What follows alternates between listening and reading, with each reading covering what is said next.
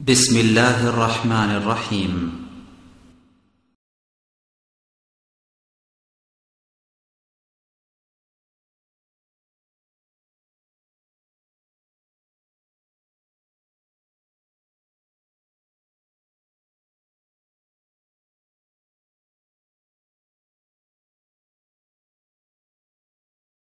إن الحمد لله نحمده ونستعينه من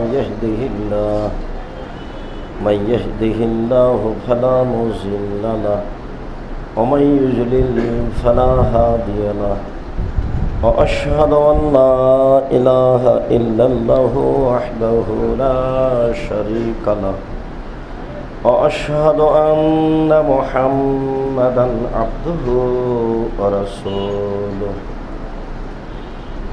أما بعد فإن خير الحديث كتاب الله وخير الهدى هدى محمد صلى الله عليه وسلم وشر الأمور محدثتها وكل محدثة بدعة وكل بدعة ضلالة وكل ضلالة في النار.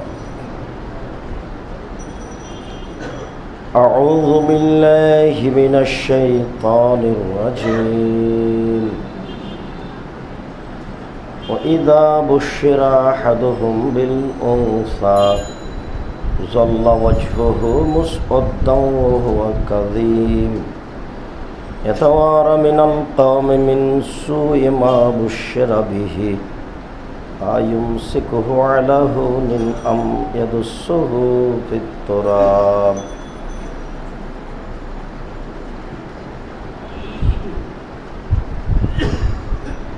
عن مغيرة بن شعبة رضي الله تعالى عنه قال قال رسول الله صلى الله عليه وسلم إن الله حرم عليكم حقوق الأمهات وأذى البنات ومناوحة رواه البخاري مسلم. عن عبد الله بن مسعود رضي الله تعالى عنه قال قال رسول الله صلى الله عليه وسلم العائد المعود في النار رواه البيهقي بسند صحيح. عن عمر رضي الله تعالى عنه قال جاء عاصم بن ثابت إلى النبي صلى الله عليه وسلم وقال وأدت 8 بنات لي فقال رسول الله صلى الله عليه وسلم أعتق على كل واحد منهن رقبة فقال أنا صاحب لبن فقال إهد من كل واحد منهن بدنا رواه البيهقي بسند صحيح. সম্মানিত মসজিদের মুসাল্লি, প্রশংসা আল্লাহর জন্য, শান্তি অবতীর্ণ হোক আল্লাহর রাসূলের উপর সাল্লাল্লাহু আলাইহি ওয়াসাল্লাম। আমরা শিষ্টাচার সম্পর্কে ধারাবাহিকভাবে আলোচনা করে আসছিলাম। মুহাম্মদ সাল্লাল্লাহু আলাইহি ওয়াসাল্লামের ব্যক্তিগত শিষ্টাচার আরও কিছু বাকি আছে, যা আমরা সময় সাপেক্ষে পেশ করব ইনশাআল্লাহুল আজিজ। আমরা এই জুমা থেকে কয়েক জুমা ধারাবাহিক আলোচনা করতে চাচ্ছি নারীদের মর্যাদা ও অধিকার। নারীদের মর্যাদা ও অধিকার সম্পর্কে গুরুত্বপূর্ণ তথ্যবহুল বিবরণের চেষ্টা করব ইনশাআল্লাহুল আজিজ। আমরা বিষয়টি লক্ষ্য করব জাহেলিয়াতের যুগ থেকে, যে যুগকে আল্লাহ তাআলা অজ্ঞতা ও মূর্খতার যুগ বলেছেন, জাহেলিয়াতের যুগ বলেছেন, সেই যুগ থেকে আমরা বিষয়টি লক্ষ্য করব তারা নারীদেরকে কিভাবে মূল্যায়ন করত। ইহুদি খ্রিস্টান নারীদেরকে কিভাবে মূল্যায়ন করত, এখন কিভাবে করে। যারা অমুসলিম, যারা হিন্দু, তারা নারীদেরকে কিভাবে মূল্যায়ন করে, এই বিষয়ে আমরা রাসূল সাল্লাল্লাহু আলাইহি সাল্লাম কি বলেছেন এবং আল্লাহ তাআলা কি বলেছেন তা আমরা স্পষ্ট করে বলার চেষ্টা করব ইনশাআল্লাহ। জাহেলিয়াতের যুগে নারীদেরকে কিভাবে মূল্যায়ন করা হতো, এই নকশা আল্লাহ তাআলা নিজেই উল্লেখ করেছেন। তারা যে জাতির জন্য কত একটা দুর্বল বস্তু ছিল, অমূল্যায়নকর বস্তু ছিল, যা বাস্তব যেমন কঠিন, ভাষায় উল্লেখ করাও তেমন কঠিন। একজন মানুষ এমন কাজ কি করে করতে পারে, এটা মানুষের পক্ষে কিভাবে সহজ ও সম্ভব হতে পারে? জাহেলিয়াতের যুগে নারীদেরকে কিভাবে মূল্যায়ন করা হতো, বিষয়টি আল্লাহ তাআলা নিজেই উল্লেখ করেন। আল্লাহ বলেন, ওয়াইযা বুশশিরা আহাদুহুম বিল উনসা যাল্লা ওয়াজহুহু মুসওয়াদ্দান ওয়া হুয়া কাযীব। যখন কোনো মেয়ের পিতাকে বলা হতো যে তোমার মেয়ে সন্তান জন্ম নিয়েছে, তখন তার মুখ কালো হয়ে যেত। শোনার সাথে সাথেই মুখ কালো হয়ে যেত, যেন সে বিষ পান করেছে। বিষ পান করলে বিষের প্রতিক্রিয়ায় যেমন মানুষের আকার আকৃতি চেহারা বিবর্ণ হয়ে যায়, পরিবর্তন হয়ে যায়, মেয়ে জন্মের কথা শোনার সাথে সাথে পিতার মুখ বিবর্ণ হয়ে যেত, রং পরিবর্তন হয়ে যেত।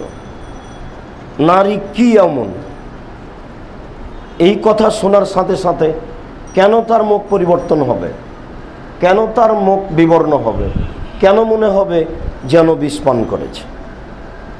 এরপরে আল্লাহ তাআলা বলেন, ইয়াতাওয়ারা মিনাল কওমি মিন সুয়ে মা বুশশিরা বিহি। মানুষ সমাজ থেকে লুকিয়ে থাকতো, হাটে বাজারে যেত না, রাস্তায় যেত না, প্রয়োজনীয় কাজে যেত না, এই কারণে যে তাকে বলা হয়েছে তোমার মেয়ে জন্ম নিয়েছে। মেয়ে জন্ম নেওয়ায় তার জন্য এত বড় বিপদ, মুখ কালো হওয়ার সাথে সাথে ও বাজারে যাবে না, হাটে ঘাটে যাবে না, কোথাও যাবে না, প্রয়োজনীয় কাজ করবে না। তাহলে কি করবে? সে এখন চিন্তা করে, ভাবে, আয়ুমসিকুহু আলা হুনিন আম ইয়াদুসসুহু ফিত তুরাব। অপমান অবস্থায় একে রেখে দিব না মাটিতে পুঁতে দিব, এটা তার সিদ্ধান্ত। প্রথমে মুখ কালো হলো, দ্বিতীয় রাস্তাঘাটে যাবে না, তৃতীয় সে ভাবে কি করা যায়, অপমান অবস্থায় রেখে দেব না মাটিতে পুঁতে দেব। রেখে দিলে অপমান সুনিশ্চিত, পুঁতে দিলে বালাই চলে গেল, কোনো সমস্যা নেই। জাহেলিয়াত আবার ফিরে এসেছে, আসবে, যা দেখছেন তার চেয়ে অনেক বেশি আসবে। এখনই যদি এমন হয় তাহলে আরও পরে কেমন হবে, এটা তো ভাববার বিষয়। অনেক আলোচনার একাধিক দিন আলোচনাতে অবগত আছি যে তিনি বলেছেন জাহেলিয়াত এমনভাবে ফিরে আসবে, এতাহারাজুনা তাহারুজাল হেমারে। গাধা যেমন গাধীর সাথে মিলে লজ্জা বোঝে না, ষাঁড় যেমন গাভীর সাথে মিলে লজ্জা বোঝে না, পুরুষ নারী খোলা মাঠে জেনা করবে, লজ্জা বুঝবে না। তাহলে তাদের অবস্থা কত দুর্বল হতে পারে মুসলিম।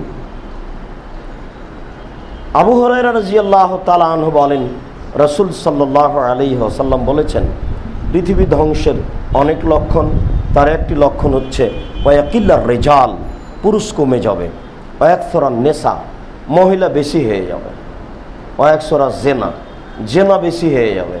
বলতে বলতে তিনি বলছেন, ওয়াকুনু খামসিনা ইমরা লিল কাইমিল ওয়াহিদ, একজন পুরুষের অধীনে থাকবে 50 জন নারী। 50 জন বলে তিনি বেশি সংখ্যক দেখিয়েছেন, এটাই ঠিক। 50 জন দেখিয়েছেন এ কথা নয়, এটা আরবি পরিভাষা। একজন পুরুষের অধীনে কত নারী থাকবে তা হিসাব করা যাবে না, এটাই বলা হয়েছে। অত্র মুসলিম গ্রন্থের হাদিসে 50 জন বলা হয়নি, এ কথাই ঠিক।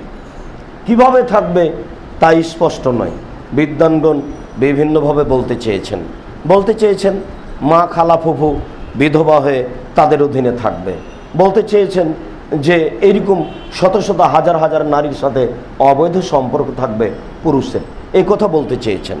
আমরা বিধবাভাবে অনেকের অধীনে আছে, 2-1 জন দেখতে পাচ্ছি, তবে অবৈধ সম্পর্ক লক্ষ হাজার, এটা আমরা বুঝতে পারছি বা দেখতে পাচ্ছি। বর্তমান সমাজে নারীও যেমন বুঝতে পারে না কে ভালো, পুরুষও তেমন বুঝতে পারে না কে ভালো। সবাই সবাকে ভাবছে এরকম কে যে ভালো।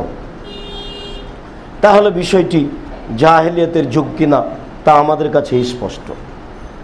ওই সময় আল্লাহ তাআলা উল্লেখ এইভাবে করেছেন, সে চিন্তা করত যে মাটিতে পুঁতে দিব না অপমান অবস্থায় রেখে দিব। যদি রেখে দিই অপমান সুনিশ্চিত। অপমান বিভিন্নভাবে ফিরে আসে, যা আজও সমাজে দেখতে পাই। এটাই জাহেলিয়াত। মেয়ে কয়েকটা পরস্পর জন্ম নিলে ওই মেয়ের পিতা ভাবে একে তালাক দিতে হবে, কেননা এর কোনো ছেলে সন্তান হয় না। তাহলে এটা তার একটা বড় ধরনের বোকামি, এটাও জাহেলিয়াত। তার খালা ফুফু যারা আছে সবাই দেখা হলে বলে তোমার নাকি মেয়ে হয়েছে, কি করবা, একটা ডিপিএস খোলো। ও একটা নোংরা আজগবি চিন্তা দিচ্ছে। না নানা বুঝে, না নানি বুঝে, না খালা বুঝে, না ফুফু বুঝে। এক একজনের এক এক হিসাব, এক একটা মন্তব্য।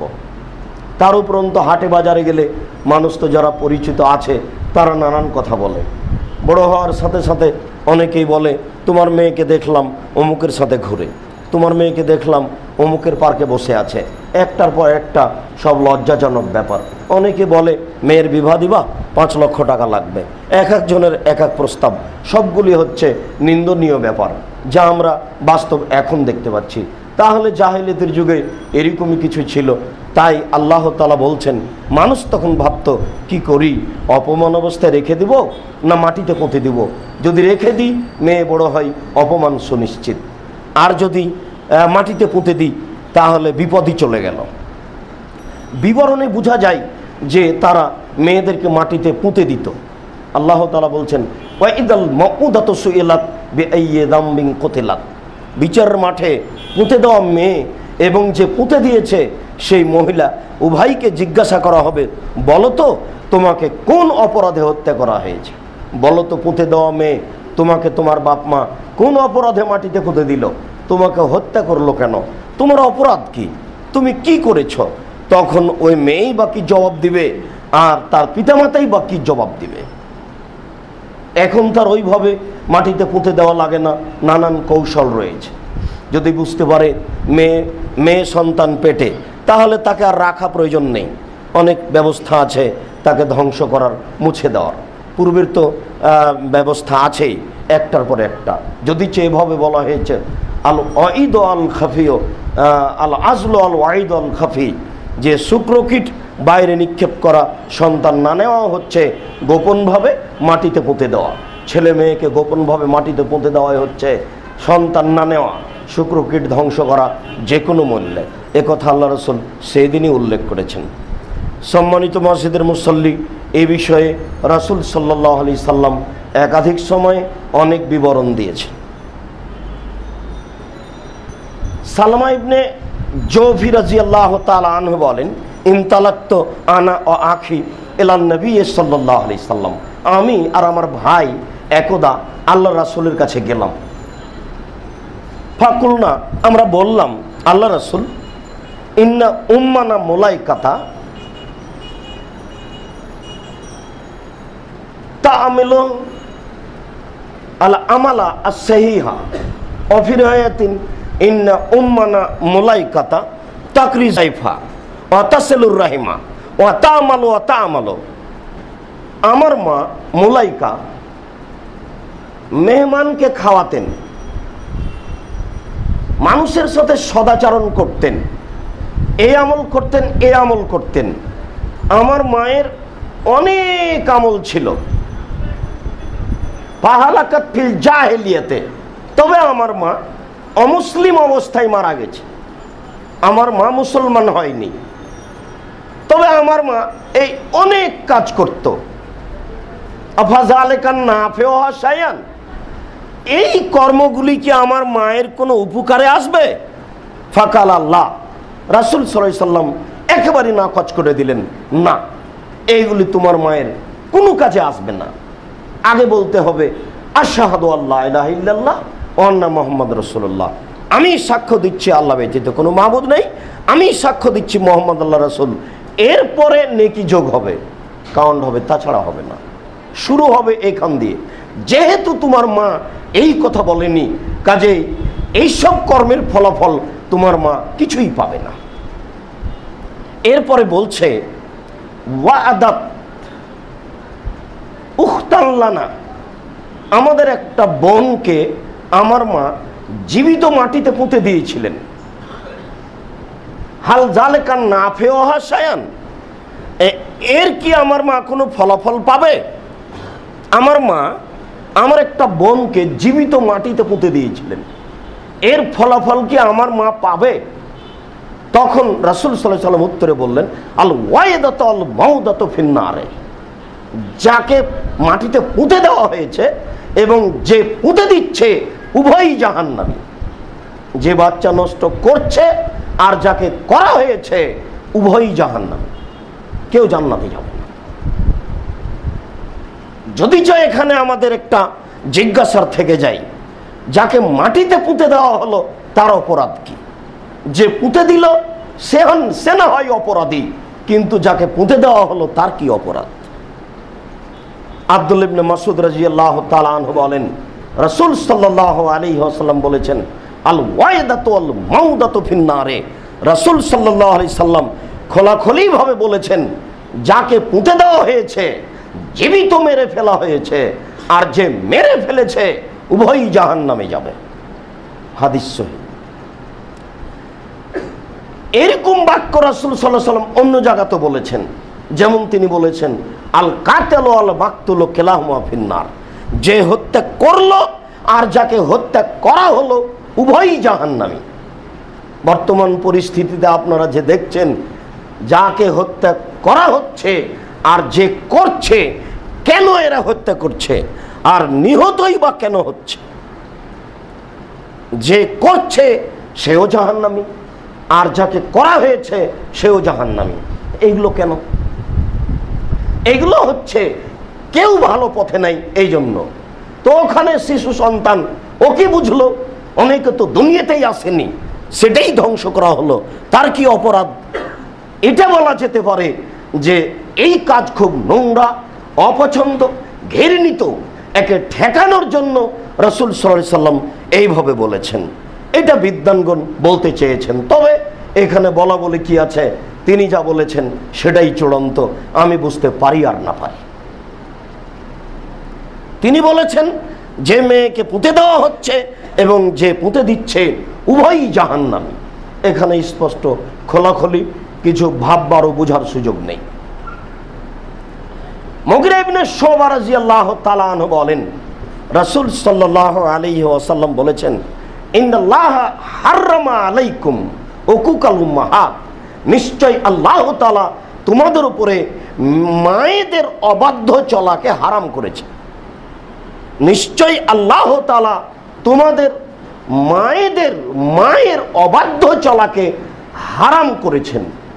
মানুষ জানে না পৃথিবীতে, আকাশের নিচে, মাটির উপরে মা কত বড় সম্মানী সদস্য, এটা মানুষ জানতেও চায় না, এটা মানুষ বুঝতেও চায় না, অথচ বোঝা উচিত। আকাশের নিচে, মাটির উপরে মায়ের চেয়ে সম্মানী কোনো মানুষ নেই, কিয়ামত পর্যন্ত নিবে, থাকবেও না। কেউ জন্ম নেয়নি, নিবেও না। তারা এই পর্যায়ের সম্মানী। এ কথাই ঠিক যেখানে আল্লাহ রাসূল বলেছেন যে আল জান্নাত তাহতা আকদামিল উম্মাহাত, মায়ের পায়ের নিচে জান্নাত, এ হাদিস ঠিক। মায়ের পায়ের নিচে জান্নাত, এ হাদিস ঠিক। মায়ের পায়ের নিচে জান্নাত, এ হাদিস ঠিক। তবে বাপ মায়ের দিকে সুনজরে তাকালে কবুল হজের সমান নেকি হবে, এ হাদিস মিথ্যা। বাপ মায়ের দিকে সুনজরে তাকালে কবুল হজের সমান নেকি হবে, এ হাদিস মিথ্যা। পরের বাক্যে রাসূল সাল্লাল্লাহু আলাইহি ওয়াসাল্লাম বললেন, ওয়াদাল বানাত, জীবিত মেয়েকে মাটিতে পুঁতে দেওয়া আল্লাহ তোমাদের উপরে হারাম করেছেন। জীবিত মেয়েকে মাটিতে পুঁতে দেওয়া আল্লাহ তোমাদের উপরে হারাম করেছেন। মানাওয়াহাতিন, কৃপণতাকে আল্লাহ হারাম করেছেন। অত্র হাদিসে তিনটি জিনিস আল্লাহ তাআলা মানুষের উপর হারাম করেছেন। তার মধ্যের বিষয়টি হচ্ছে মেয়েকে জীবিত অবস্থায় মাটিতে পুঁতে দেওয়া হারাম করেছেন। সম্মানিত মসজিদের মুসাল্লি, আমরা এই পর্যন্ত মাটিতে পুঁতে দেওয়ার বিবরণে সংক্ষিপ্তভাবে বুঝছিলাম যে জাহেলিয়াতের যুগে, বন্যতার যুগে, বর্বরতার যুগে, অসভ্যতার যুগে মেয়েদেরকে জীবিত মাটিতে পুঁতে দেওয়া হতো। তবে একটা বিবরণে বুঝেছি মা নিজে মাটিতে মেয়েকে পুঁতে দিয়েছে, যেটা ছেলে তার মায়ের বিবরণ দিতে গিয়ে বলছে। উমর রাদিয়াল্লাহু তাআলা আনহু বলেন, যা কায়েস ইবনে সাবিত ইলা নবী সাল্লাল্লাহু আলাইহি সাল্লাম। কায়েস ইবনে সাবিত আল্লাহর রাসূলের কাছে এসে বলল, ইয়া রাসূলুল্লাহ, হে আল্লাহর রাসূল, ওয়াদতু সামানিয়া বানাতিন লি, আমি নিজে হাতে আমার 8টি মেয়েকে মাটিতে পুঁতে দিয়েছি। আল্লাহ রাসূল, আমি নিজে হাতে আমার 8টি জীবিত মেয়েকে মাটিতে পুঁতে দিয়েছি। তখন আল্লাহ রাসূল বললেন, আতিক লিকিল ওয়াহিদিন মিনহা রাকাবা, তুমি প্রত্যেকের জন্য একটা করে গোলাম আজাদ করো, দাস দাসী মুক্ত করো। তখন লোকটি বলল, আনা সাহেবুল লেভেল, আমি হচ্ছি উটওয়ালা, আমার অনেক উট আছে। তখন আল্লাহ রাসূল বললেন, ইহদে মিনকুল্লে ওয়াহিদিন মিনহুন্না বদনা, প্রত্যেকের জন্য তুমি একটা করে উট দান করে দাও, প্রত্যেক মেয়ের পক্ষ থেকে একটি করে উট তুমি দান করে দাও। অত্র বিবরণে বোঝা যাচ্ছে যে পিতা মেয়েকে মাটিতে পুঁতে দিত। আগের বিবরণে বোঝা গেল মাতা মা মেয়েকে মাটিতে পুঁতে দিত। এটা জাহেলিয়াত দিত, এটা স্পষ্ট। কিভাবে? যার যেভাবে বুঝে আসতো সে সেভাবেই করত। বিবরণে এসেছে এভাবে যে পিতা আগেই বাইরে মাঠে একটা গর্ত খুঁড়ে আসতো, গর্ত খুঁড়ে এসে মেয়ের মাকে বলতো, মেয়েকে সাজিয়ে দাও। মাও জানে, বাপও জানে, বিষয়টি কি স্পষ্ট। মেয়েকে সাজিয়ে দিয়েছে, মেয়ে নিয়ে চলে গেল। গর্তের পাশে নিয়ে গিয়ে বলছে, আম্মু দেখো তো নিচের দিকে। নিচের দিকে তাকাতেই মেয়েটাকে পা ধরে উল্টিয়ে ফেলে দিত। গর্তে পড়ে গেলে পাশ থেকে মাটি চাপা দিত। ভিতর থেকে মেয়ে চিৎকার করে বলতো, আব্বু আব্বু আব্বু আমাকে রক্ষা করেন। কিন্তু আব্বু এই শব্দ শুনতো না, মাটি চাপা দিয়েই চলে আসতো। বুঝতে পারলাম না বিষয়টি কত জটিল, কিভাবে সম্ভব। আপনাকে আমি কি দিয়ে বুঝাই জাহেলিয়াত কি জিনিস, জাহেলিয়াত কত জটিল, মূর্খতা অজ্ঞতা কত কঠিন হলে মানুষের পক্ষে এটা সম্ভব হতে পারে। যার স্পষ্টতা আবার ফিরে এসেছে, আপনার অবগতিতে আছে এইভাবে যে আপনি আপনার মেয়েটাকে ভর্তি করেছেন খুলনা বিশ্ববিদ্যালয়ে, ঢাকা বিশ্ববিদ্যালয়ে। আপনি বরিশাল থেকে প্রতিদিনই খবর নিচ্ছেন, আম্মু কেমন আছো, আম্মু ভালো আছো, আম্মু টাকা পয়সার সমস্যা হলে বলবে, আমি বিকাশে টাকা পাঠিয়ে দেব। দিন রাত আম্মু, আম্মুর উপরে আম্মু, টাকার উপরে টাকা, আদরের শেষ নেই, যত্নের শেষ নেই। হঠাৎ করে একদিন সকালে বলছে ভাতিজা, চাচা জানেন কি হয়েছে? ও খালেদা তো একটা কুৎসিত মদখোর ছেলের সাথে চলে গেছে। এখন মেয়ের বাপ বলছে, তোকে ত্যায্য পুত্র করলাম, তোকে ত্যায্য পুত্র করলাম, তোকে ত্যায্য পুত্র করলাম, তোর মুখ দেখবো না, জিন্দেগিতে তোকে বাড়তে উঠতে দেব না। আর বাড়িতে উঠতে দেয় না, আর কোনোদিন আম্মুও বলে না। যেহেতু পিতা মূর্খ, কাজেই ও তো এই ইসলাম বুঝে না যে শতবার ত্যায্য পুত্র বললে মেয়ে ছেলে ত্যায্য পুত্র হয় না, এই হিসাব তার নেই। আর একটা তার হিসাব নেই যে মেয়ে নিজে বিবাহ বসেছে, ও নিজে ব্যভিচারী, 7 ছেলের মা হলো ও ব্যভিচারী। এটা জাহেলিয়াতের যুগে ছিল, আজও আছে। এই কারণে রাসূল সাল্লাল্লাহু আলাইহি সাল্লাম কঠিনভাবে এখানে হাত লাগিয়েছেন। আয়েশা রাদিয়াল্লাহু তাআলা আনহা বলেন, আল্লাহ রাসূল বলেছেন, আইমা ইমরাতিন নাকাহাত নাফসাহা বিগাইরি ইজনি ওয়ালিহা ফানিকাহুহা বাতিল, ফানিকাহুহা বাতিল, ফানিকাহুহা বাতিল। কোন মেয়ে যদি অভিভাবকের বাপের অনুমতি ছাড়া বিবাহ বসে, তাহলে সে বিবাহ বাতিল, সে বিবাহ বাতিল, সে বিবাহ বাতিল। আবু মুসা আশআরী রাদিয়াল্লাহু তাআলা আনহু বলেন, রাসূল সাল্লাল্লাহু আলাইহি সাল্লাম বলেছেন, লা তুজাবিজুল মারাতু আল মারাতা লা তুজাবিজুল মারাতু নাফসাহা ওয়া হিয়া জানিয়া। কোন মহিলার বিবাহ দিতে পারে না, কোন মহিলা নিজে নিজে বিবাহ বসতে পারে না। ফাইনাহা তুজাবিজু নাফসাহা ওয়া হিয়া জানিয়া। কেউ যদি নিজে নিজে বিবাহ বসে তাহলে ও ব্যভিচারিণী, তাহলে ব্যভিচারিণী, ও ব্যভিচারিণী। কি করে? খালা বলল, ফুফু বলল যে এই শোন খালেদা, তোর বাপ বিবাহ দিবে না, তুই চলে আয়, আমি তোর বিবাহ দিয়ে দিচ্ছি। তাই তো ফুফু বিবাহ দিয়ে দিয়েছে। ফুফু কখন কখন বেটা ছেলে হয়ে গেছে, ফুফু কখন কখন, খালা কখন কখন পুরুষ হয়ে গেছে। ধর্মের 5 পয়সা দাম নাই ফুফুর কাছে, খালার কাছে। বাপের উপর দিয়ে মাতাব্বরি দেখাচ্ছে। এই কথা তার জানা নেই। লা নিকাহ ইল্লা ওয়ালিন, বাপ ছাড়া বিবাহ হয় না। বাপ বেঁচে থাকাকালীন দাদার উকিল হওয়া হারাম, বাপ বেঁচে থাকাকালীন নানার উকিল হওয়া হারাম, বাপ বেঁচে থাকাকালীন জ্যাঠের উকিল হওয়া হারাম, বাপ বেঁচে থাকাকালীন পৃথিবীর কোনো মানুষের 5 পয়সা দাম নাই। এটাই শরীয়ত। শরীয়ত এইভাবেই চলে। শরীয়ত এখানে কঠিনভাবে জাহেলিয়াতকে ঠেকিয়েছে। জাহেলিয়াতের যুগে মেয়েরা এমনিতে বিবাহবস্ত, যার যেখানে ইচ্ছে সে সেখানে চলতো। এটার বাস্তব দেখলে আপনাকে দেখতে হবে ইহুদি খ্রিস্টান তারাই জাহেলিয়াতকে গ্রহণ করেছিল আগেও, এখনো গ্রহণ করে আছে। সেই জাহেলিয়াত মুসলিম সমাজে ছড়িয়ে পড়েছে, ছড়িয়ে পড়বে, একথাই ঠিক। আপনি বিষয়টি ভাবুন। সম্মানিত মসজিদের মুসল্লি, বলছিলাম যে এখন মেয়ের পিতা এ কথা বলল, ও বুঝতে পারে না বিষয়টি কেন এমন। এখন আপনাকে আমি বলতে চাচ্ছি যে এই পিতা এত খেপে গেল কেন। কথা প্রসঙ্গে গত জুমার আগের জুমায় মেয়েটা এবং মেয়ের বড় ভাই আপনার এই মসজিদে 3 তলায় এসেছিল। অনেক ঘটনা তার একটা নকল করছি। মেয়েটা বলছে আমি নিজে থেকে বের হয়ে বিবাহ বসেছি। আপনার কোনো একদিনের বক্তব্য শোনার পরে আমি আমার পিতার হাত ধরে পা ধরে নিয়ে পড়ে গেছি।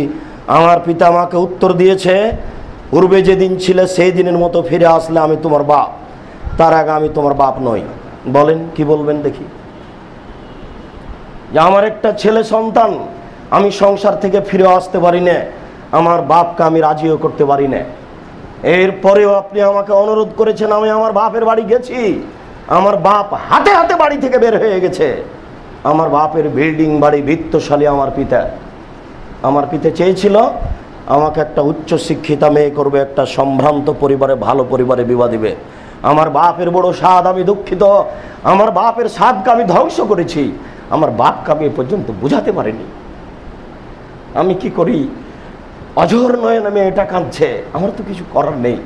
গাজীপুর কাপাসিয়ার মেয়ে। বলছি দেখো আমারও কিছু করার নেই, আমি তোমাকে বলতে পারছি না কিছু। শরীয়ত এখানে কোনো হাত রাখেনি। তোমার বাপ যতদিন পর্যন্ত রাজি না হবে ততদিন পর্যন্ত যে না, আমি এটা বুঝাতে পারছি না তোমার বাপকে।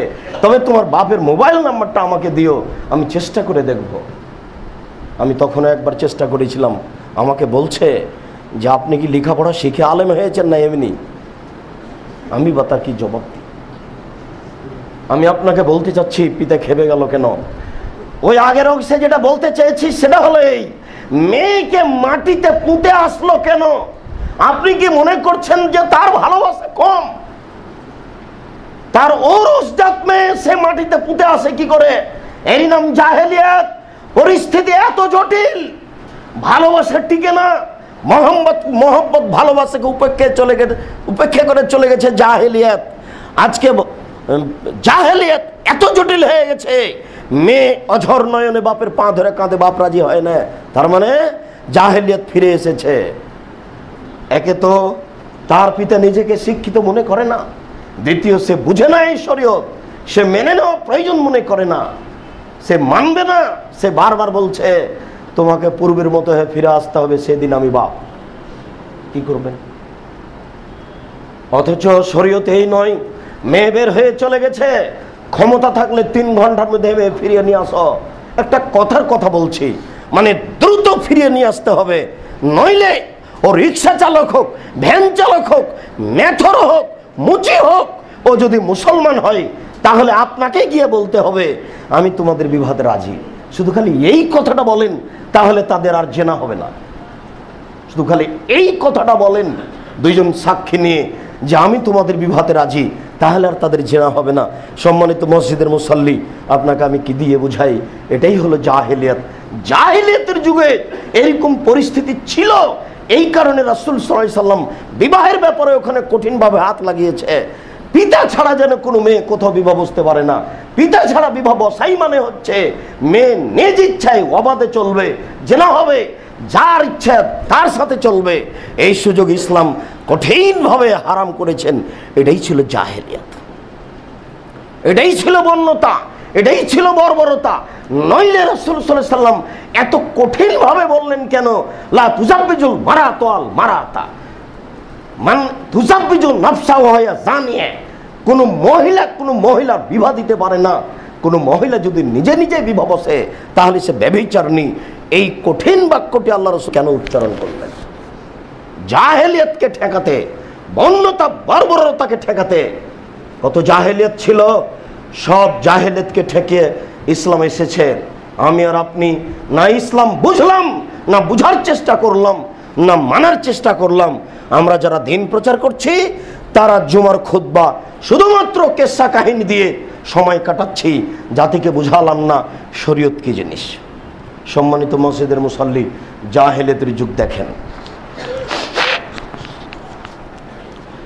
জাহেলিয়াতের যুগে নারীদেরকে মূল্যায়ন করা হতো না।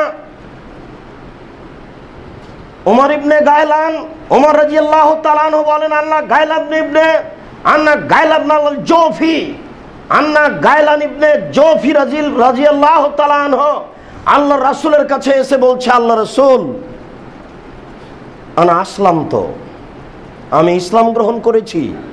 ওয়া আশারু নিসাওয়াতিন কাদ আসলাম না, আমার 10 জন স্ত্রীও ইসলাম গ্রহণ করেছে। তখন আল্লাহ রাসূল বললেন যে আমসিক আরবান ও ফারিক সায়রাহুন্না, তুমি 4 জনকে রাখো, বাকি সবকে তালাক দিয়ে দাও। তাহলে বোঝা যাচ্ছে যে জাহেলিয়াতের যুগে মানুষ বিবাহ করতে ইচ্ছা মতো। অত্র বিবরণ প্রমাণ করে যে মেয়ে ছিল একটা উপভোগ করা বস্তু।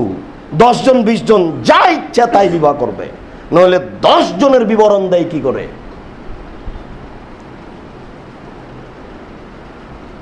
মুআবিয়া রাদিয়াল্লাহু তাআলা আনহু, গায়লান ইবনে মুআবিয়া রাদিয়াল্লাহু তাআলা আনহু বলেন, আমি রাসূল সাল্লাল্লাহু আলাইহি সাল্লামকে এসে বললাম, ইয়া রাসূলুল্লাহ, আসলাম, তো আমি ইসলাম গ্রহণ করেছি। ও খামসু নিসাওয়াতিন, আর 5 জন স্ত্রী আমার ইসলাম গ্রহণ করেছে। তখন রাসূল সাল্লাল্লাহু আলাইহি সাল্লাম বললেন, ফারিক ওয়াহিদাতান ওয়ামসিক আরবান, 1 জনকে তালাক দিয়ে দাও, 4 জনকে বাকি রাখো। বোঝা যাচ্ছে জাহেলিয়াতের যুগে মানুষ ইচ্ছা মতো নারীকে ভোগ করত, কোনো সংখ্যা কোনো হিসাব ছিল না, যেটা এখন ইহুদি খ্রিস্টানদের দেখা যাচ্ছে। সম্মানিত মসজিদের মুসল্লি, জনৈক সাহাবী রাসূল সাল্লাল্লাহু আলাইহি সাল্লামের কাছে এসে বলছেন, আল্লাহ রাসূল, ইন্দি উখতানে, আমার নিকটে রয়েছে 2 জন বোন, আন আসলাম, তো আমি নিজে ইসলাম গ্রহণ করেছি, আমি মুসলিম, ওরা 2 বোন আমার কাছে আছে। রাসূল সাল্লাল্লাহু আলাইহি সাল্লাম বললেন, ফারিক আও তালিক আইয়াতাহুমা শাইতা আও ইখতার আইয়াতাহুমা শাইতা, 2 জনের যাকে ইচ্ছে 1 জনকে রাখো আর 1 জনকে তালাক দিয়ে দাও। সম্মানিত মসজিদের মুসল্লি, বোঝা যাচ্ছে জাহেলিয়াতের যুগে 2 বোন 3 বোন 5 বোন 1 জনের অধীনে থাকতো, এটার নাম জাহেলিয়াত। আপনাকে আমি বুঝাতে চাচ্ছি এই বিবরণগুলি পেশ করে যে জাহেলিয়াতের যুগে নারীদেরকে কিভাবে মূল্যায়ন করা হতো।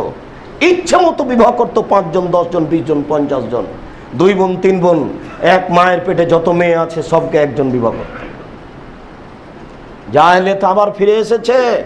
জনৈক ব্যক্তি, আমি বলছি না যে এই মসজিদের মুসল্লি নয়, তিনি এই মসজিদের মুসল্লি, তিনি আমাকে বলছেন, আব্দুর রাজ্জাক সাহেব, দুঃখিত, আমার জন্য দোয়া করবেন।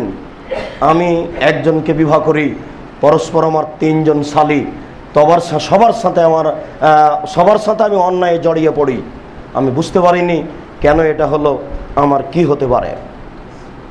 একটার পর একটাকে অন্যায় করার সুযোগ গ্রহণ করেছে। তাহলে জাহেলিয়াতের যুগে বিবাহ করে সুযোগ গ্রহণ করত, আর আজকে বিবাহ করা লাগে না, সব বোনই তার অধীনে থাকে। এরকম হাজারো আছে এই শহরেই, যারা বিভিন্নভাবে কাজ করতে এসে 1 জনের অধীনে আছে। জাহেলিয়াত আবার ফিরে এসেছে, এটার নাম জাহেলিয়াত। আপনাকে আমি দেখাতে চাচ্ছি তাদের যুগে নারীদেরকে কিভাবে মূল্যায়ন করা হতো। আবু হুরায়রা রাদিয়াল্লাহু তাআলা আনহু বলেন, না রাসূলুল্লাহ সাল্লাল্লাহু আলাইহি ওয়াসাল্লাম অসেগারো আই ইউজাব্বিজু ইবনাতাহু ওয়া ইউজাব্বিজুল আখারু ইবনাতাহু ওয়া লাইসা বাইনাহুমা সেগার ওয়া লাইসা বাইনাহুমা সাদাকা। জাহেলিয়াতের যুগে, বন্যতার যুগে একজন তার মেয়ের বিবাদিত আর একজনের সাথে, ওই ব্যক্তিও তার মেয়ের বিবাদিত এই ব্যক্তির সাথে, দুইজনের মধ্যে কোনো মোহর থাকতো না। এটাই হলো জাহেলিয়াত। কথা বোঝা যায়নি? একজন মেয়ের বিবাদিত আর একজনের সাথে এই শর্তে যে ওই ব্যক্তিও তার মেয়ের বিবাহ দিবে, এই ব্যক্তির সাথে মধ্যে কোনো মোহর থাকবে না। দেখেন জাহেলিয়াত কি জিনিস, বন্যতা কি জিনিস, বর্বরতা কি জিনিস, যেই অসভ্যতা আবার ফিরে এসেছে, আসবেই না। রাসূলুল্লাহ সাল্লাল্লাহু আলাইহি সাল্লাম আন্নেকা মুতাআতিন নিসায়ে, রাসূল সাল্লাল্লাহু আলাইহি সাল্লাম মুতা বিবাহকে ইয়ামা খায়বারের যুদ্ধে চিরদিনের জন্য হারাম করেছেন। মুতা বিবাহ মানে সাময়িক, 3 দিনের জন্য, 3 মাসের জন্য 10,000, 50,000, 5 লক্ষ টাকা দিয়ে একটা মেয়েকে বিবাহ করলো, 10 দিন শেষ, টাকাও শেষ। আমাদের রাজশাহী চাঁপাইনবাবগঞ্জে জমি নেয়, তাকে ঠিকা বলে, খায় খালাসি। নারী হচ্ছে জমি ঠিকা, তাকে নিতে হবে, 3 মাস শেষ, টাকাও শেষ, মহিলাও শেষ। জাহেলিয়াত কি জিনিস আপনাকে আমি দেখাচ্ছি। নারীদেরকে তারা কিভাবে মূল্যায়ন করত, এই নীতি শিয়ারা আজও মানে। আজও তাদের চুক্তিতে বিবাহ হয়, 3 মাসের চুক্তিতে, 3 দিনের চুক্তিতে, 1 রাতের চুক্তিতে, সেটাও আবার বিবাহ। রাসূল সাল্লাল্লাহু আলাইহি সাল্লাম খায়বারের যুদ্ধে এই বিবাহকে চিরদিনের জন্য হারাম ঘোষণা করেছেন। সম্মানিত মসজিদের মুসল্লি, ইসলাম নারীদেরকে কিভাবে মূল্যায়ন করেছে এটা আমরা বুঝাতে অক্ষম। সত্যই যদি বুঝাতে পারতাম তাহলে নারী এভাবে ভুল পথে চলতো না, আর মেয়ের পিতারাও মেয়েদেরকে এভাবে খোলা মাঠে ছেড়ে দিয়ে উচ্চ শিক্ষিতা করার তালে ওয়াবাদে জেনা করার সুযোগ দিত না। 12-14 বছর বয়সে বিবাহ হয়ে গেলে জেনার কথা ভাববার আগে বিবাহ হয়ে গেছে, তো জেনা করবে কোথায়? এখন বিবাহ হচ্ছে না, বাপ বলছে যে না লেখাপড়া করছে, মেয়েও বলছে যে আমাকে ইস্টাবলিশড হতে হবে। বাপ রে বাপ, জাহেলিয়াত কাকে বলে দেখেন। সবার মাথায় জাহেলিয়াত ঢুকেছে। জাহেলিয়াত আবার ফিরে আসবেই, এটাই নিশ্চিত। কিভাবে নিজেকে রক্ষা করবেন, পরিবার কিভাবে রক্ষা করবেন? সম্মানিত মসজিদের মুসল্লি, হিন্দুরা নারীদের কোনোদিনই দাম দেয়নি, আজও দিচ্ছে না, কোনোদিন দিবে না। এমনি তো সতীদাহ প্রথা আছেই জানা, আর এখনো বিবাহের দিন বাস যা কিছু দেওয়া, মেয়ের পিতা সব কিছু দিয়ে তাকে বিদায় করে দিল, আর তাকে নিয়ে আসবে না। নিয়ে আসলেও তাকে অর্থ সম্পদের সাথে কোনো যোগাযোগ রাখতে দেবে না। ও পৃথক হয়ে গেছে বাড়ি থেকে, ঘৃণ্য বস্তু। ইসলাম এখানে হা দিয়েছে কঠিনভাবে হা দিয়েছে, এমনভাবে হা দিয়েছে যে যেদিন মেয়ের পিতা মারা গেছে সেই দিনই তার অর্থ সম্পদ ভাগ করে দিতে হবে। এতদিন পর্যন্ত আপনার বোনের জমি আপনার কাছে আছে কেন? এর জব আপনার কাছে কি আছে? আপনার বোনের জমি আপনার কাছে এতদিন পর্যন্ত আছে কেন? এর জবাব আপনার কি আছে? আজকে সন্ধ্যা হতে হতে বোনের জমি ফেরত দিতে হবে, বলে ভাগ করে হিসাব করে যা টাকা আছে তা দিয়ে দিতে হবে। এটাই শরীয়ত। ওরা তো বুঝেনি, তাই বলেছে যে আমার ভাগ কমিয়েছে, আমার ভাইয়ের ভাগ বেশি করেছে। ও তো অশিক্ষিত মেয়ে, ও তো বুঝতে পারেনি।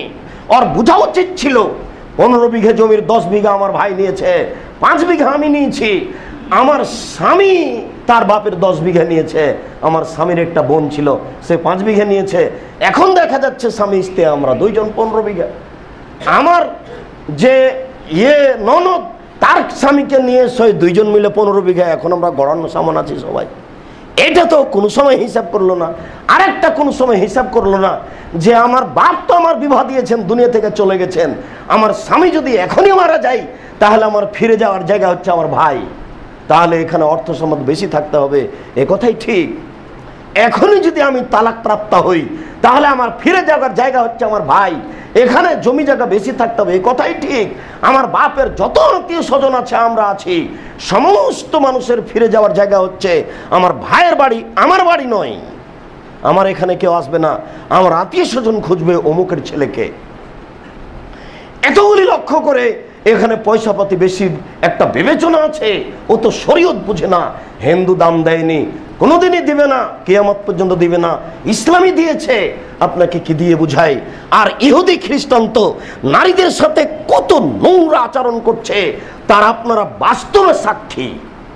নইলে বিবাহ তো তারা দিচ্ছে না, ওটা আমাদের ঘরে চলে আসলো।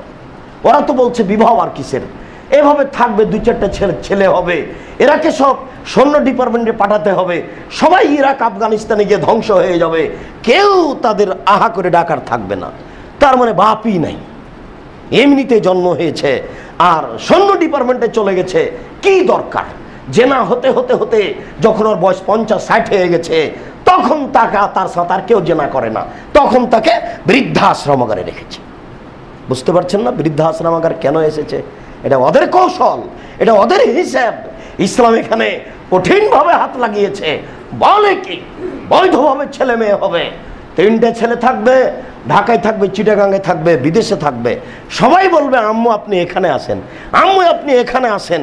ছেলেরা আদর করে, যত্ন করে, কোলে করে, চুমা দিয়ে মাকে লালন পালন করবে, যেইভাবে ছেলেকে লালন পালন করেছিল ওই ছেলে আজকে আমি মা। যেই দিন আমার মায়ের কোলে আমি ছিলাম, আমার মা আমার কোলে হুবাহু সমান সমান। কি করা লাগবে সেটা আমি করব।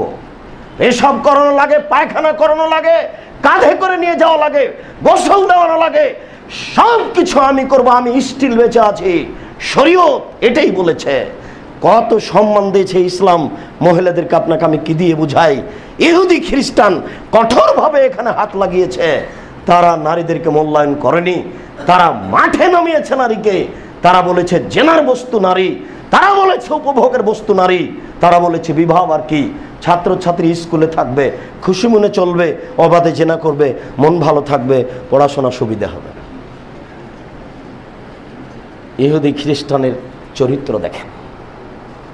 আল্লাহ তুমি আমাদের সঠিক বুঝার তৌফিক দান করো। আল্লাহুম্মা আমিন। আল্লাহুম্মা সাল্লি আলাইহি, আল্লাহুম্মা বারিক আলাইহি।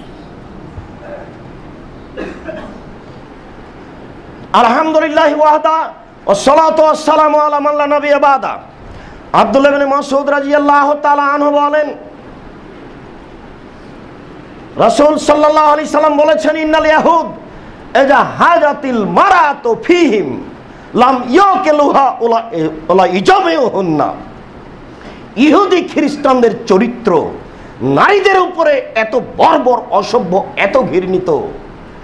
নারীরা যখন ঋতুবতী হয় তখন তারা তাদের সাথে খায় না, তাদের সাথে থাকে না, তাদের সাথে উঠা বসা করে না। তারা ঋতুবতী হয়েছে মানে একেবারে পচে গেছে। তাকে ভাতের পাতিল, তরকারির পাতিল, খাদ্যদ্রব্যের পাতিলে হাত দিতে দেওয়া যাবে না, ওকে বিছানে আসতে দেওয়া যাবে না, ওকে পৃথক জায়গায় রাখতে হবে। কুষ্ঠ রোগী যেমন রাখে, সব কিছু পৃথক করে, ধবল রোগীকে যেমন রাখে, তেমন নারী হয়ে গেছে কুষ্ঠ রোগের অধিকারিণী। এই অভিশপ্ত ইহুদি, এই অভিশপ্ত খ্রিস্টান নারীদের সাথে ঘৃণিত আচরণ করেছে। ফাসালা আসহাবু রাসূলিল্লাহ সাল্লাল্লাহু আলাইহি সাল্লাম নবিয়া, সাহাবীগণ আল্লাহ রাসূলকে জিজ্ঞাসা করলেন, আল্লাহ রাসূল, নারী ঋতুবতী হলে তারা যে এই রূপ করছে, কি করা যায়?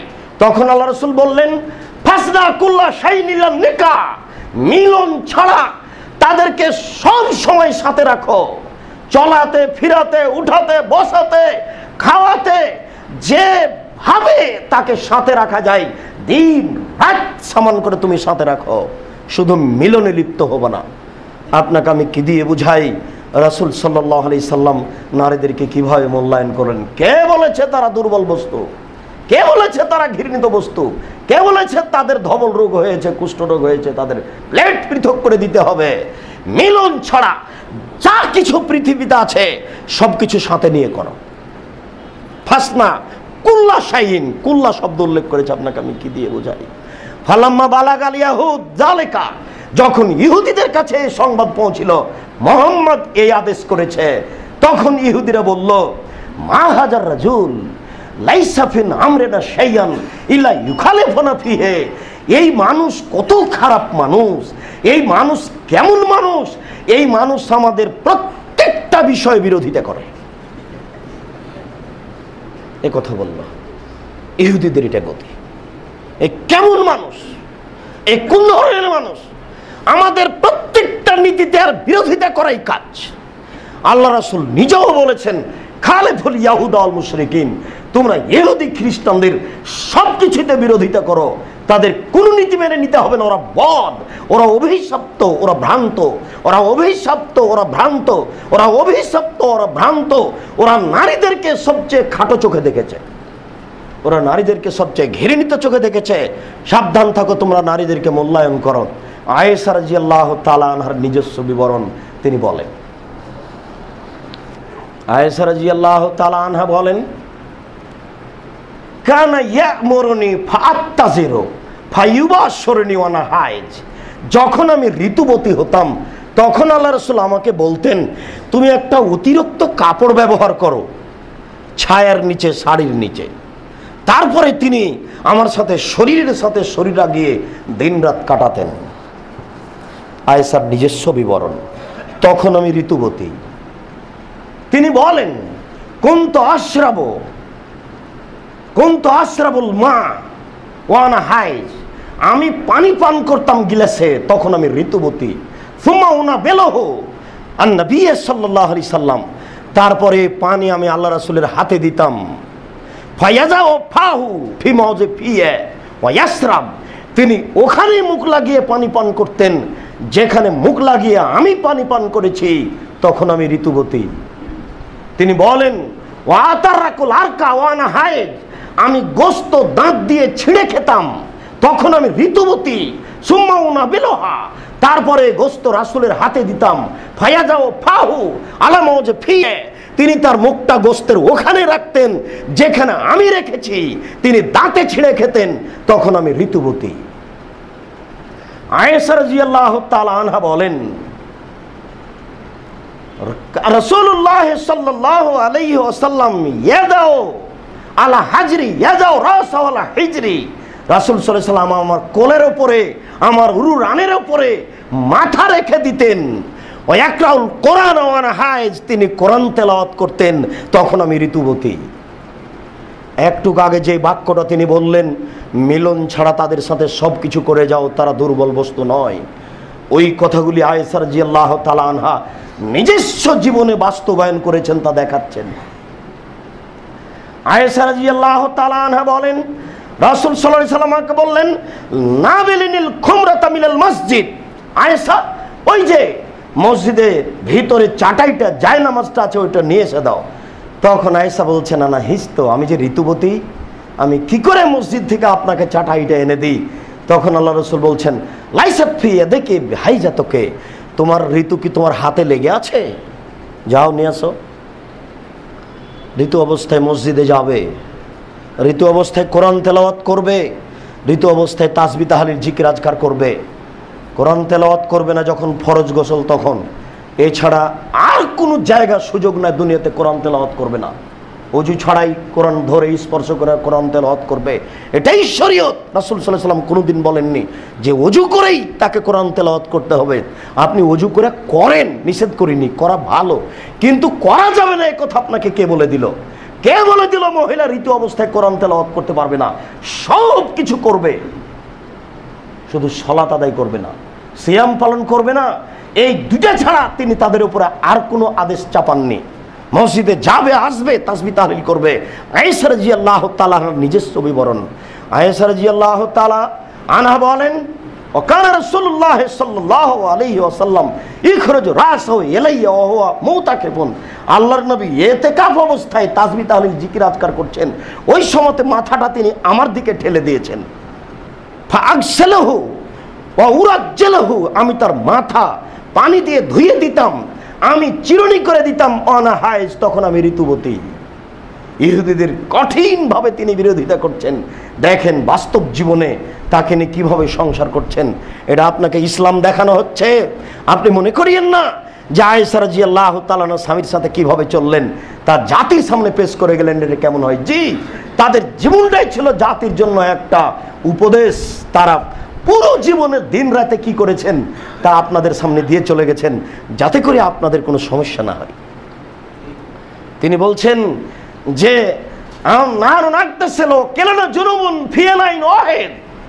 একটা একটা পাত্রে আমরা দুইজন মিলেই গোসল করতাম অপবিত্র অবস্থায়, একটা পাত্রে দুইজন মিলে গোসল করতাম, একটা পাত্রে থেকে পানি উঠাতাম, তখন তিনি বলতেন দালি দালি আয়সা তুমি ছাড়ো আমি আগে নিই।